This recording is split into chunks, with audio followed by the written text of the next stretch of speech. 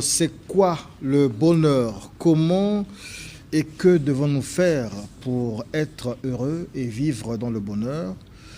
Eh bien, des séminaires, des stages, des rencontres annuelles ont été initiés depuis un moment par Claude Vorian, dit Raël, fondateur du mouvement raélien. Et donc, ces rencontres-là sont aussi appelées Université du bonheur, des rencontres qui nous permettent de comprendre ou de connaître ce qu'est le bonheur. Les universités du bonheur sont simultanément organisées partout dans le monde. Et ici au Congo, c'est du 14 au 26 septembre, le 26 août dernier, à Odiba, donc hier, samedi, que les Raéliens et leurs invités se sont réunis. Yves Boni est guide évêque du mouvement raélien en Côte d'Ivoire. Mais il est avec nous ici pour en parler. Bonjour Yves Boni. Bonjour. Comment vous allez? Super bien. On sort tout juste de l'Université du bonheur, donc je me sens bien. Et j'ai le plaisir en tout cas d'être sur votre plateau, surtout la belle tenue africaine que vous portez, ça me rappelle chez moi, en Côte d'Ivoire, c'est le Bogolan. Ah oui, et je prends ça comme une marque de considération et d'estime. Merci. Nous sommes dans la culture africaine. Tout à fait, merci pour la... J'aime aussi votre médaillon. C'est gentil. C'est un médaillon, une médaille, oui. Comment on appelle ça? C'est ça, c'est un médaillon, c'est vraiment le symbole de la religion raélienne, mais c'est aussi le symbole de la civilisation extraterrestre qui a créé toute vie sur Terre. Parce que selon le fondateur du mouvement raélien, nous devons la vie, l'existence aux extraterrestres que lui, il a rencontré à un moment. Tout à fait. Ça s'est passé le 13 décembre 1973. Donc 2023, ça fait pratiquement maintenant 50 ans que Raël, le prophète donc, de ces extraterrestres, a été contacté et il lui a expliqué qu'en fait, il n'existe pas de Dieu, il n'existe pas d'âme et tous ces concepts judéo-chrétiens. Ce sont eux qui ont créé la vie scientifiquement sur la Terre grâce à la maîtrise de l'ingénierie génétique, de l'ADN particulièrement qu'ils maîtrisent. Et c'est eux qui ont fait venir tous les différents prophètes sur la Terre pour préparer en fait notre humanité à cette époque scientifique où on serait capable de les comprendre. Et donc depuis le 13 décembre 1973, ils ont contacté Raël, ils lui ont expliqué toutes ces informations et ils lui ont donné la mission de préparer leur retour officiel sur Terre avec tous les anciens prophètes. Donc c'est ça. Mais quelque chose de très important, c'est de faire en sorte que les humains vivent heureux. Et c'est pourquoi nous avons les universités de bonheur, pour que les choses se passent bien. Ces universités de bonheur, c'est depuis 1973. Quasiment, depuis la création de la religion raélienne, c'est ce que le prophète Raël fait sur cette planète, aider les gens à être heureux. D'accord. Ça veut dire qu'en Côte d'Ivoire, il y a eu une université de bonheur. Ici à Brazzaville, il y en a eu. Au Japon, il y en a eu. Oui, au Canada. Cette année, c'est quand même spécial ce que nous avons fait en Afrique. Nous avons fait coïncider à la même période les universités du bonheur, à la fois au Congo, au Brazzaville, au Burkina Faso, non loin de Bobo-Dioulasso, c'était à peu près à 15 km dans la région de Dingasso, et en Côte d'Ivoire, dans la région, un peu dans la région d'Abidjan, on appelle Nzianois. On avait également un site, à peu près plus de 500 personnes qui sont connectées comme ça à ces enseignements du bonheur. C'est ce qui manque le plus sur cette planète. On a des universités pour apprendre la science, pour apprendre la philosophie, c'est très bien. Mais ce qui est le plus important pour l'être humain, c'est d'être heureux. Parce que c'est quand les gens ne sont pas heureux, quand ils sont malheureux, qu'ils font du mal, qu'on a la violence, qu'on a les guerres et tout ce que vous pouvez constater. C'est ce qui manque le plus sur la planète Terre, c'est ce que nous essayons d'apporter. Alors, monsieur Yves Boni, oui. C'est quoi le bonheur? Le bonheur, j'allais dire, c'est le fonctionnement juste du code génétique que nous avons. Les Elohim nous ont créés à partir donc de cet ADN de code génétique que nous avons. Et quand ce code génétique fonctionne correctement, nous sommes heureux. Ça veut dire lorsque nous avons, du point de vue spirituel, quand nous avons une spiritualité qui est en harmonie avec cette information génétique en nous, on se sent bien. Mais si tu as une spiritualité qui te dit tu es pécheur parce que tu as mangé une pomme quelque part, mais déjà tu te mets en porte-à-faux avec ton code génétique et tu te sens malheureux, tu te sens coupable. De la même façon au niveau affectif, si tu vis une sexualité épanouie, eh bien il va sans dire que tu vas te sentir bien. C'est ça, tu es heureux. Si tu as une profession, un travail où tu te sens bien également épanoui, tout va bien, tu es un artiste, tu peins des tableaux, tu chantes. Mais si c'est ce que ton code génétique est un peu prédéfini pour toi, tu es heureux.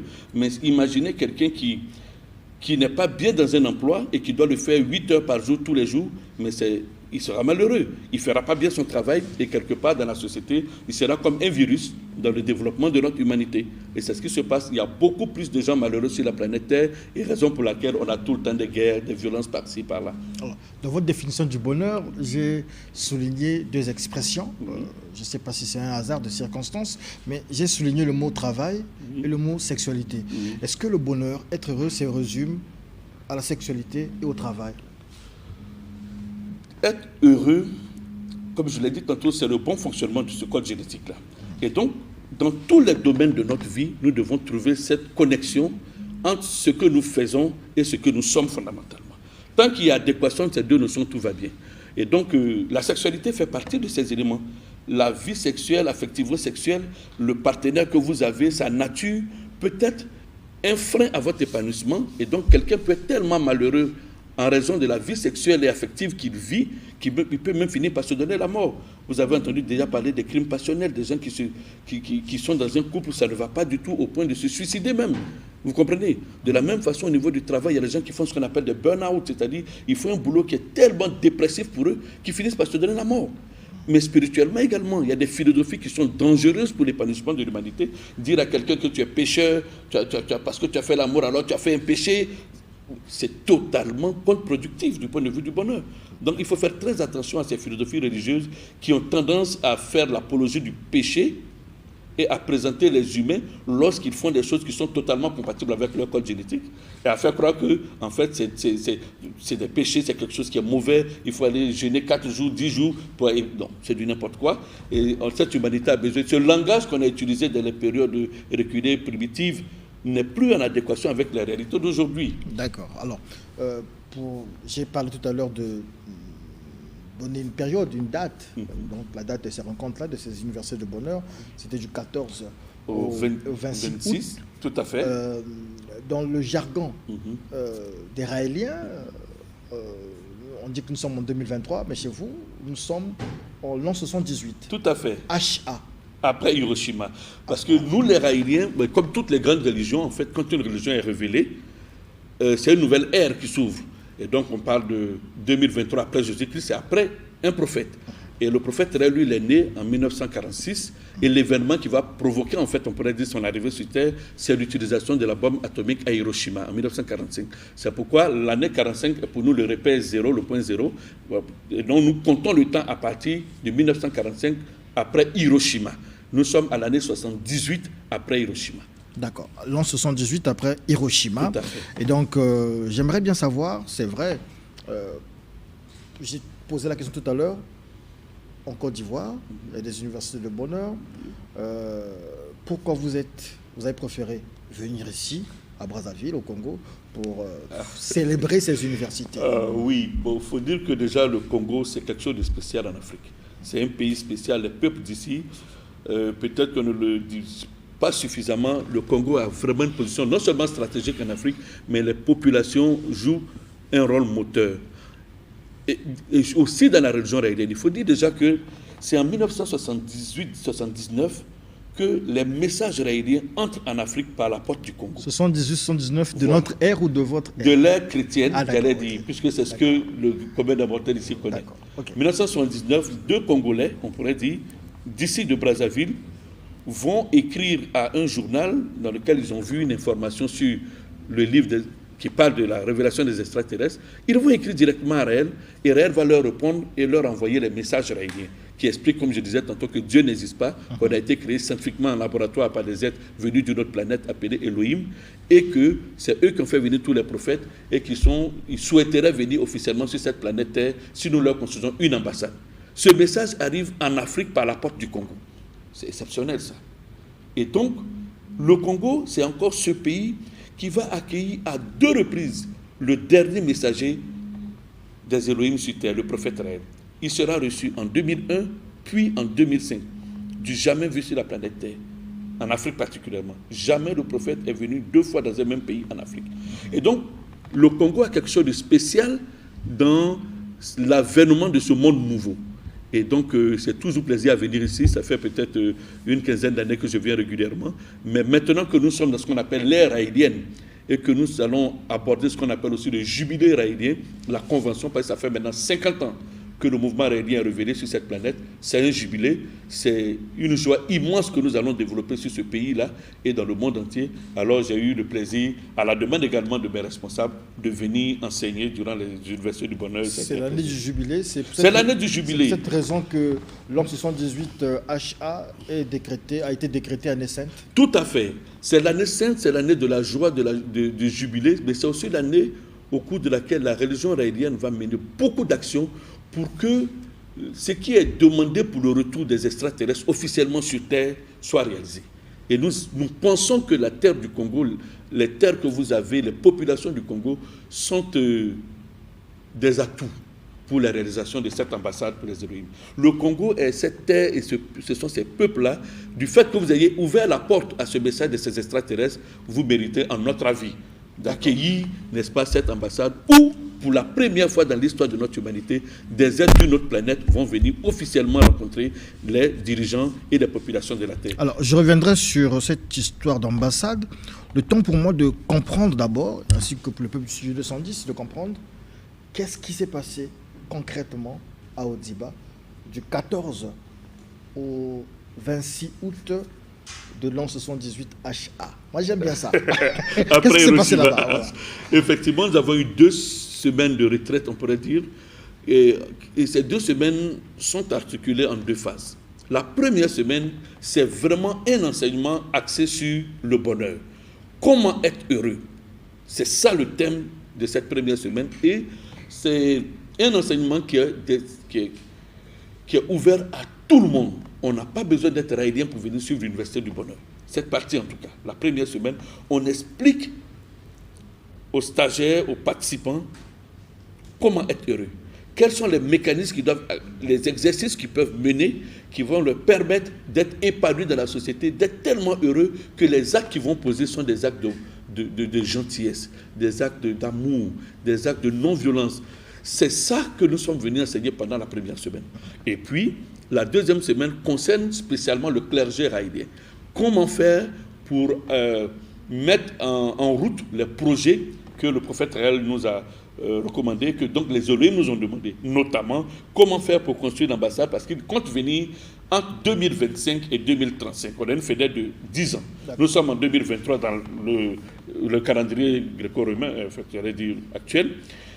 Et donc, on a deux ans pratiquement de la période de leur arrivée. Nous avons besoin de nous booster. L'arrivée des extraterrestres. Voilà, ils arrivent entre 2025 et 2035. Nous sommes aujourd'hui à 2 ans de cet événement.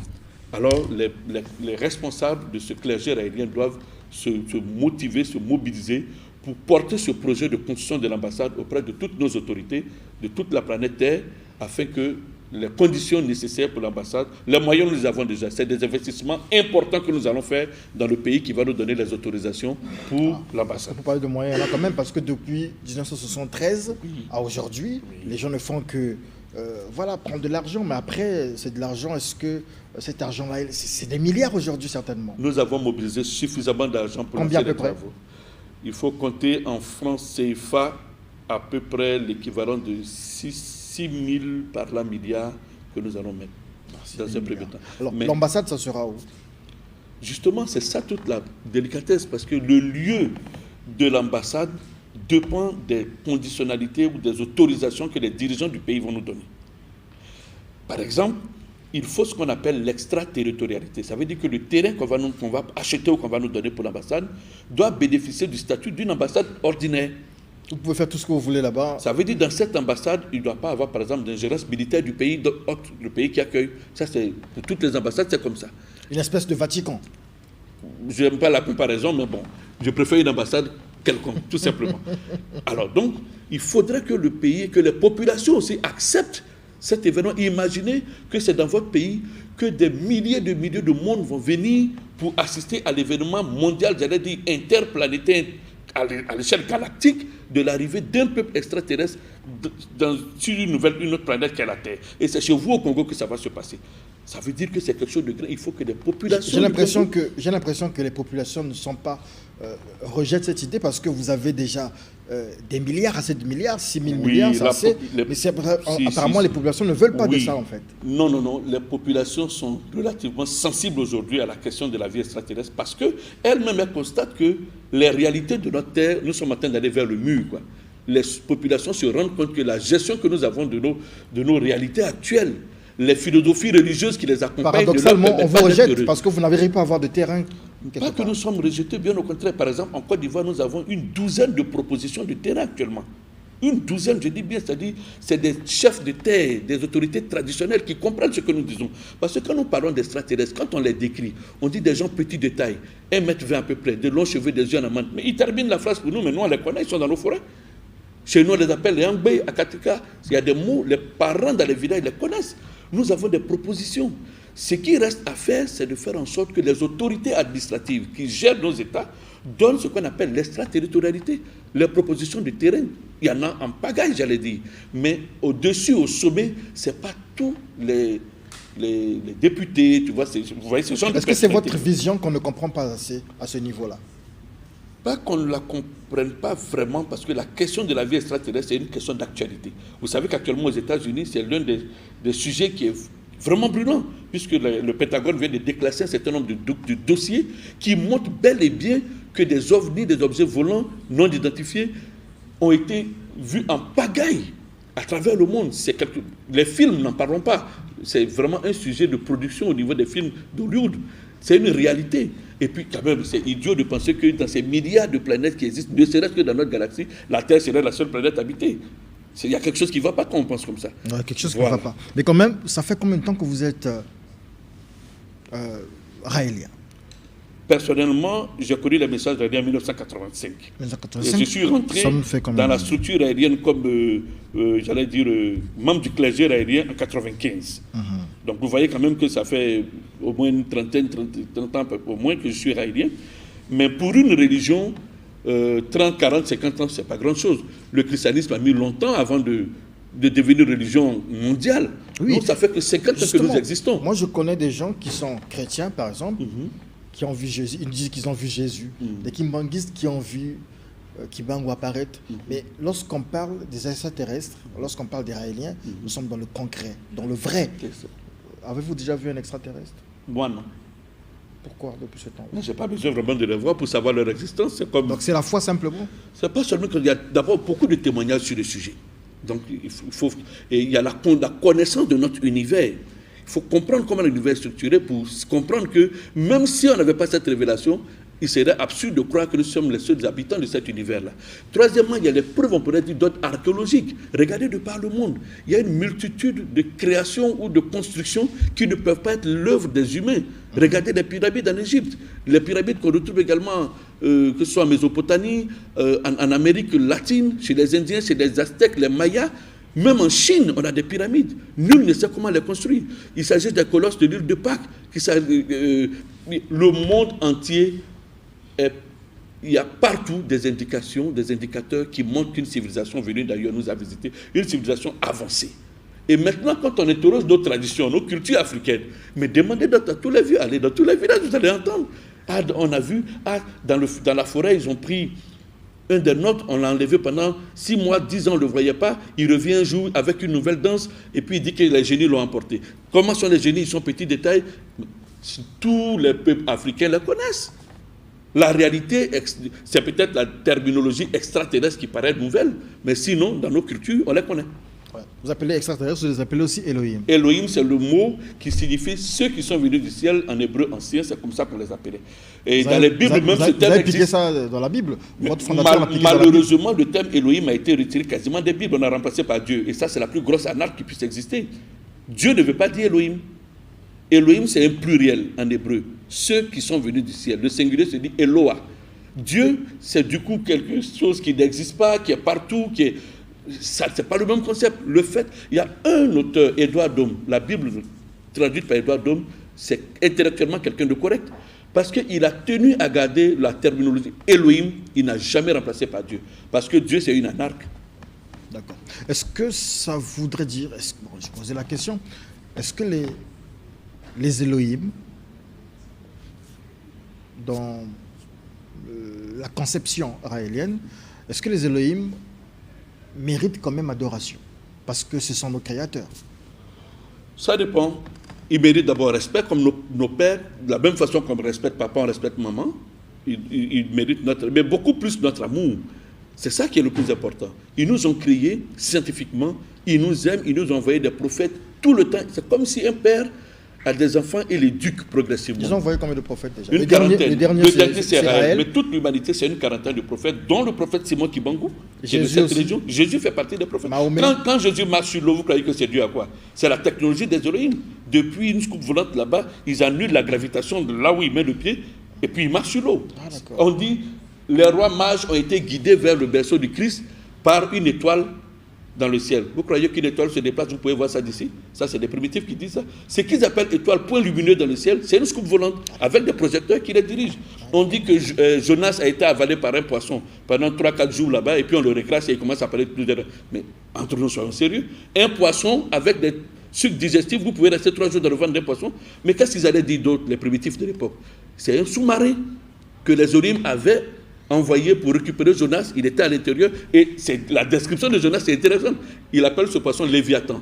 Il dit, à l'intérieur de Léviathan, dans le ventre, il y a un soleil. Qu'est-ce qu'il va dire? Vous voyez la lumière qui est là dans le studio, qui est la lumière là, dans un sous-marin. Voilà, lui il dit un soleil. Bon, quel autre mot lui il peut utiliser pour traduire quelque chose qui émet de la lumière? Il dit soleil. Mais il y avait un décalage de connaissances scientifiques entre les primitifs de l'époque et la technologie des Elohim. C'est tout qu'il faut comprendre. Jusqu'avant la rencontre de Raël avec les extraterrestres ou les Elohim, nous avions une conception primitive de l'histoire de l'existence de l'humanité. Et après cette rencontre de Raël avec les extraterrestres, nous avons eu, je veux dire, la révélation de l'histoire réelle de notre humanité, tout à fait, de notre existence. Et donc, nous attendons les Elohim, les extraterrestres. Ils seront là dès que nous aurons fini avec l'ambassade. Tout à fait. Lorsque un grand nombre, j'allais dire, de populations de la Terre seraient informées de cette réalité, parce qu'il faut préparer l'humanité. Imaginez comme ça, un matin, des scouts volants descendent, et puis ça va faire un choc mental, spirituel pour tous ces milliers de personnes qui ont toujours cru. Mais nous attendons déjà, ça fait longtemps qu'on attend ça. Voilà. Nous sommes impatients.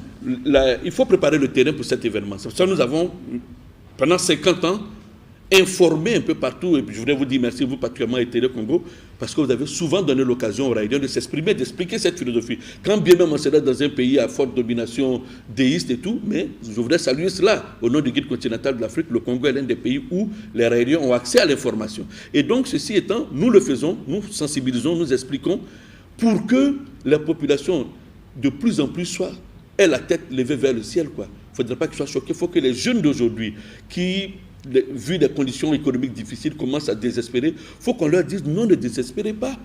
Notre humanité sera bientôt en contact avec des gens venus d'ailleurs. Les WhatsApp, on ne va pas avoir que des correspondants. On aura des amis qui seront sur d'autres planètes.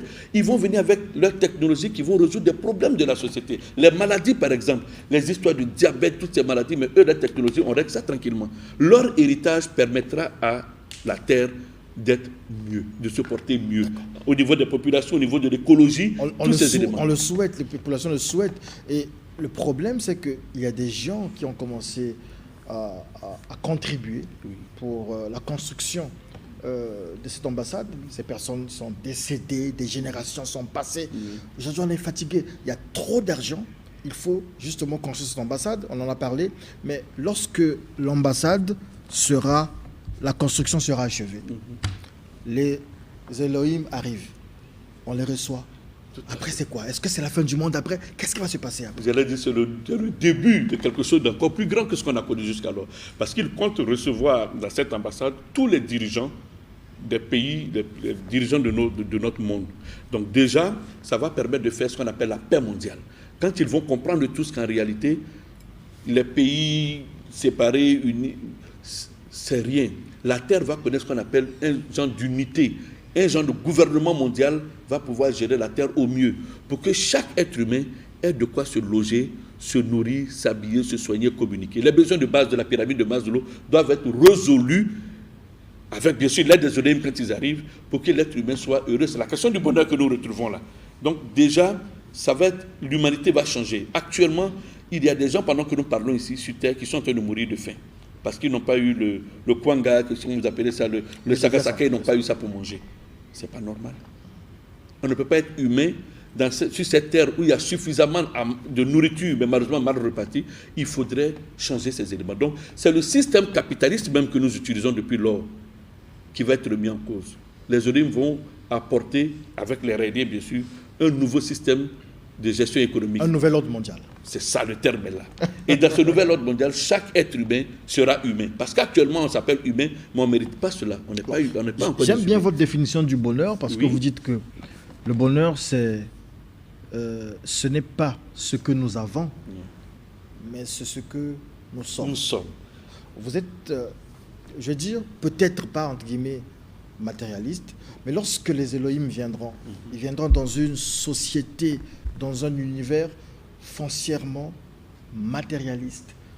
Et le message des Elohim en ce moment-là, leur façon de faire, leur gouvernance, va gêner certainement ceux qui ont leurs intérêts.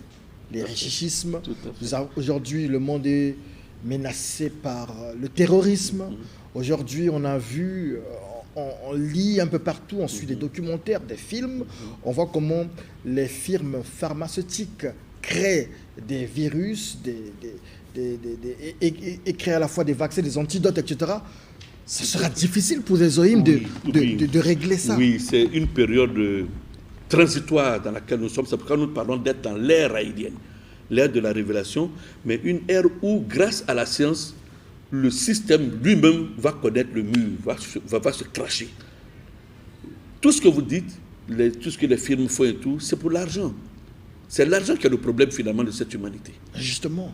Et donc ceux qui aujourd'hui possèdent l'argent, ils sont de plus en plus, ils sont peu nombreux. À la limite, peut-être 1 ou 2% de la population mondiale possède 90% de la richesse de la planète. Ça ne peut pas continuer comme ça. Donc il va y avoir un crash à ce niveau. Mais lorsqu'on a l'argent, on a le pouvoir. Voilà. Est-ce que les Elohim ont l'argent? Les Elohim ont beaucoup plus que ça. Ils n'ont que la science. Ils ont beaucoup plus, parce que c'est justement la science qui va faire tuer l'argent. La science qui va permettre de produire tous les biens qu'on veut. Les nanotechnologies, écoutez bien ces termes. Parce qu'aujourd'hui, on parle d'intelligence artificielle, AI. Les gens commencent à paniquer devant ChatGPT et tout. Nous, depuis 50 ans, on parle de ça. Quand ça arrive, regardez comment le téléphone cellulaire a révolutionné le monde de la communication. Mais ce qui arrive dans les 5-10 prochaines années, ça sera terrible. Donc la question de l'argent va naturellement finir par connaître ses limites. Et donc, on va devoir repenser cette société. Puisque pour avoir à manger, on pourra produire par exemple de la viande de bœuf sans avoir élevé des bœufs. Directement à partir des molécules, des atomes, on va pouvoir, c'est ce qu'on appelle la nanotechnologie, la production à l'échelle du nanomètre, donc de l'atome. Cette technologie arrive, ça a commencé déjà. L'intelligence artificielle, c'est là, aujourd'hui, c'est à notre porte. Aujourd'hui, la manière d'enseigner, il faut changer. Aller poser des questions aux élèves, n'importe comment. Il tape GPT, là, il te donne la réponse. Donc, on doit repenser cette société. C'est justement le problème de cette nouvelle société. J'ai souligné le mot terrible que vous avez prononcé tout à l'heure, parce que nous sommes dans un univers où de plus en plus, les gens veulent vivre et manger bio. Donc, à compte courant de ce que la science nous apporte. Et ce que la science nous apporte, on parle de nanotechnologie et toutes ces choses-là. Aujourd'hui, les poupées sexuelles. Les gens condamnent. La science vient avec la perversion aussi. Doucement. Pas que les gens condamnent, c'est les religions primitives qui continuent de perdurer. C'est elles qui condamnent. Sinon, les humains aiment bien ça. D'accord. On va arriver sur cette affaire de poupées sexuelles. Mais d'abord, moi j'aime bien les poupées sexuelles. Le monde bio. Aujourd'hui, on va sur un monde naturel. Tout le monde repart à ce qui est bio. Vous nous emmenez la science, mais qui nous amène toujours ce qui n'est pas forcément naturel. Justement, ça c'est une erreur de croire que ce qui est scientifique n'est pas bio.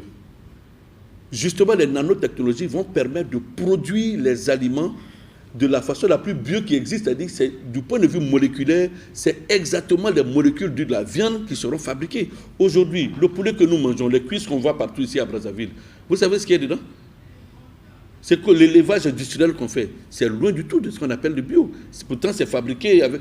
La science va permettre de corriger toutes ces erreurs, ces hormones qu'on ajoute au poulet pour qu'il... La science des nanotechnologies va permettre de produire du poulet où le goût du poulet est le vrai goût du poulet sans qu'on ait ajouté ces molécules bizarres pour le... Non. La science est justement ce qui va permettre aux humains de bien se nourrir. Comment Parce que le mode de fabrication, par exemple, voilà. Le mode de fabrication... Aujourd'hui, du poulet fabriqué, je ne comprends pas. Par exemple, aujourd'hui, quand vous voulez élever un poulet, par la voie classique avec les aliments qu'on utilise dans l'industrie et tout, c'est rempli d'hormones et des éléments extérieurs à l'alimentation normale du poulet.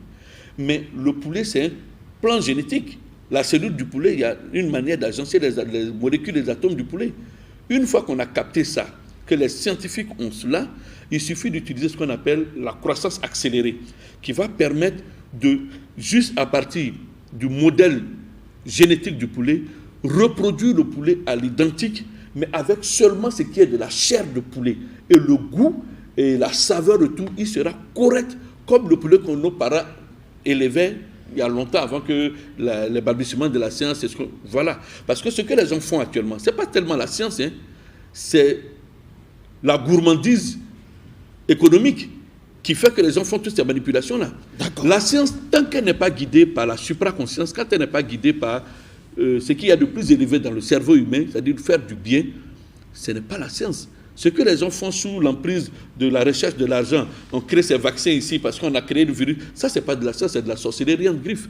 C'est être méchant. Quelqu'un dira aussi que ce que vous allez faire bientôt, c'est de la sorcellerie. On aura des poupées sexuelles parce que finalement, on n'aura plus besoin de se reproduire. Pourquoi on n'aura plus besoin de se reproduire? Mais parce que les Elohim, avec leur science, vont faire le clonage, on va reproduire les hommes, c'est-à-dire qu'on aura des bébés, des enfants, des frères, sans avoir, voilà, la formule normale. Bon, déjà, en matière de reproduction, tout ce qu'elle appelle la reproduction des humains, ça fait plus de 30-40 ans que les choses ont changé.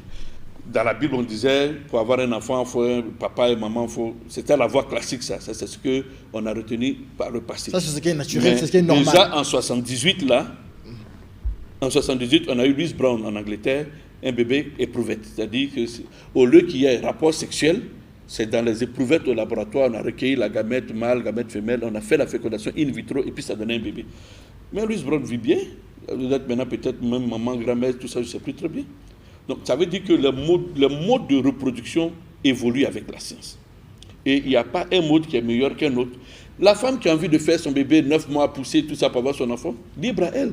Mais s'il y a une autre femme qui travaille pas dans le domaine de l'aviation, qui n'a pas de temps de porteur de grossesse, elle peut très bien avoir son enfant en laboratoire à l'hôpital. En fait, je me demande quelle société nous aurons.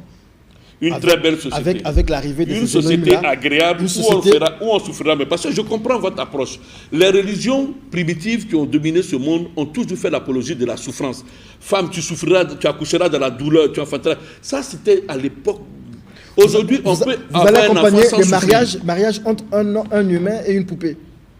Celui qui a envie de faire ça, qui se sent bien dedans, c'est son problème. C'est-à-dire, la question de sexualité, ce qu'il y a sous la ceinture, là, c'est du domaine du privé des gens. Si quelqu'un se sent bien à avoir des relations sexuelles, deux adultes hommes ou deux adultes femmes sont consentants d'avoir des relations entre eux, toi, où est ton problème qui est là? L'homosexualité, justement. Mais toi, en quoi ça te regarde? Toi, tu aimes les femmes, j'imagine, si ça te dérange peut-être. Non, moi je n'aime rien. Bon, d'accord, si tu es bon comme ça, même si tu aimes rien. Moi, je ne pose que des questions. Donc, toi, tu n'as pas à te gêner de ce que deux hommes ou deux femmes s'embrassent. Okay. Si tu dis qu'un homme a obligé un homme à avoir des relations sexuelles, je dis ça, c'est pas correct. Parce que la sexualité doit être d'abord libre, elle doit être consciente, donc consciente. Il faut que les deux personnes soient conscientes et qu'ils acceptent tous les deux d'avoir une relation amoureuse. C'est de l'amour, on n'a pas à discuter. Maintenant que les deux soient de même sexe, des sexes différents, moi je n'ai rien à dire là-dedans. Je n'ai même pas de jugement de valeur à porter là-dessus. Nous sommes à la fin de cet entretien, mais j'ai envie de résumer tout ce que vous avez dit en parlant du bonheur. Et donc, on va se référer au fondateur du mouvement, j'allais dire la religion, mais ce n'est pas la religion, c'est le mouvement raélien. C'est la religion, mouvement raélien. C'est une religion aussi. Hein. C'est une religion, tout à fait. Okay. Puisque nous apportons les réponses fondamentales à ce que tout être humain se pose, d'où venons-nous? Que faisons-nous? Où allons-nous? Ces trois questions, nous avons des réponses. D'où venons-nous? On a été créé scientifiquement un laboratoire par des êtres venus d'une autre planète. Donc nous sommes une œuvre scientifique. Où allons-nous? Nous allons créer, si possible, sur Terre, ici, un paradis. Et après la mort, on peut être recréé sur leur planète là-bas, ce que d'autres appellent le paradis. Nous avons des réponses très simples, scientifiques, à ce que nous sommes. Le bonheur, en réalité, à vous entendre parler, je disais, pour le résumer, ce n'est simplement que le culte du plaisir. Ça fait partie de ce cocktail qu'on appelle le bonheur. Avoir du plaisir, que ce soit en mangeant, en regardant un beau tableau, en fait, nourrir tous ses sens, s'inonder de plaisir par ses sens, contribue à l'expression de notre état de bonheur. Le plaisir n'a rien de malsain. Qu'il soit sexuel, qu'il soit alimentaire, qu'il soit, je ne sais pas moi, de tout ordre, le plaisir est bon. Mais le plaisir, ce n'est pas... Le bonheur ne se résume pas seulement à la question du plaisir. Ça fait partie des ingrédients du plaisir, du bonheur. Quelqu'un qui est heureux apprécie d'ailleurs mieux tout ce qui est plaisir. Mais quand on est malheureux, quand on prend plaisir, automatiquement, après on dit on a fait un péché. Parce que fondamentalement, on n'est pas heureux. Il y a des gens qui peuvent avoir une bonne sexualité et puis juste après, ils se sentent mal. Ah, j'ai péché parce que bon, c'est la femme de l'autre, c'est du n'importe quoi. D'accord. Une dernière question, il nous reste 1 minute. Une dernière question. Lorsque les Elohim viendront, les extraterrestres viendront, ils ont un chef? Leur leader là-bas s'appelle Yahvé. Lorsque Yahvé, lui aussi viendra? C'est lui-même qui a venu rencontrer Raël. Il sera certainement à tête. Lorsque Yahvé viendra, est-ce que les présidents du continent africain, de l'Europe, en fait les présidents du monde, le pape, seront sous lui? Ou lui, comment ça se passera? Il vient en tant que civilisation avancée par rapport à la nôtre. Il sera au-dessus de tout le monde. C'est une civilisation avancée qui vient nous apporter leur amour et leur savoir-faire. Donc c'est comme c'est des relations, c'est un genre de partenariat qu'on établit entre planètes. Il ne vient pas pour diriger la Terre. Quand bien même il aurait les moyens de le faire, c'est pas ça, c'est des gens d'amour. Ils existent depuis longtemps, c'est eux qui ont créé la vie sur la Terre. Ils auraient pu dire, bon, ça y est, on arrive maintenant, dégagez, on prend la place. Ils ne sont pas dans cette logique. C'est des gens qui sont dans le bonheur, c'est des êtres d'amour. Ils nous disent, s'il vous plaît, on vous envoie cette information, nous sommes vos parents. Si vous voulez bien nous accueillir, faites une petite résidence et on arrivera à vous donner notre héritage. C'est comme papa est quelque part au village, il t'a créé, il t'a mis au monde. Yahvé viendra simplement ici pour un peu comme un pèlerinage, comme des vacances, quelque chose comme ça. Voilà, pour nous apporter le plus qu'ils ont par rapport à nous. Et puis il repartira. Ils repartiront. Mais ce qui est bon, ils reviennent avec tous les grands prophètes que l'humanité a connus. Les Moïse, c'est pour Jésus, c'est pour ça moi je dis bien. Mais les pasteurs sont partis pourquoi? Oui, mais justement, les chrétiens, les pasteurs, les musulmans, ils doivent comprendre que nous travaillons pour eux. Vous devez travailler ensemble. Parce que Jésus va revenir, disent nos frères chrétiens. Ils ne savent pas quand, ils ne savent pas où. Donc vous savez. Nous savons et nous travaillons pour ça. Okay. Nous travaillons pour eux. Merci beaucoup Yves Boni. Je rappelle que vous êtes guide raélien. Oui. Vous revenez d'Abidjan et vous avez participé ici à Brazzaville du 14 au 16 août de l'an 78 après Hiroshima. Voilà, après Hiroshima. Ils en parlaient donc de l'Université du Bonheur. Vous nous avez expliqué ce qu'est le bonheur. Nous vous disons merci. Ça a été un plaisir pour moi et je transmettrai à Abidjan vos salutations. Merci. On vous attend là-bas. On dit comment là-bas? Bonjour.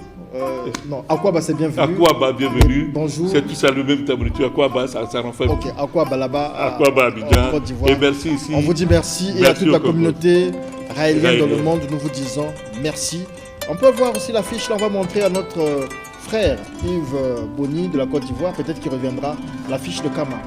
Je voudrais juste peut-être donner le contact du mouvement raélien ici, si vous permettez. Oui, rapidement. Le 06 869 52 16 ou le 06 815 48 49.